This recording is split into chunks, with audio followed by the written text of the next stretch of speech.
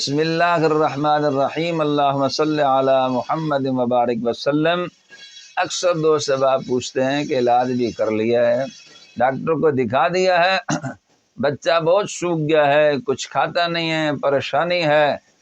تو اللہ تبارک و تعالیٰ کی طرف رجوع کریں، انشاءاللہ اللہ کی یہ کتاب آپ کو شفاء کلی عطا فرمائے گی۔ جن کے بچے کمزور ہیں، سوکھ جاتے ہیں، وہ یہ عمل یاد رکھیں، چاہے وہ کوئی بیماری کی وجہ سے ہو، جادو اثرات کی وجہ سے ہو، وہ یہ عمل کریں، زیتون کا تیل لے کر آئیں اور اس پر بعد نماز ظہر سورہ یاسین شریف اس طریقے پر پڑھیں: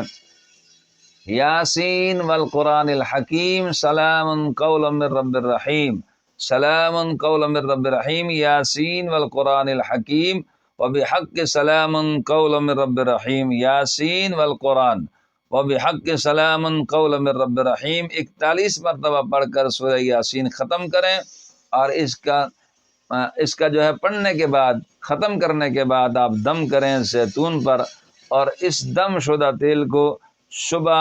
بعد از طلوع آفتاب پورے جسم پر لگائیں۔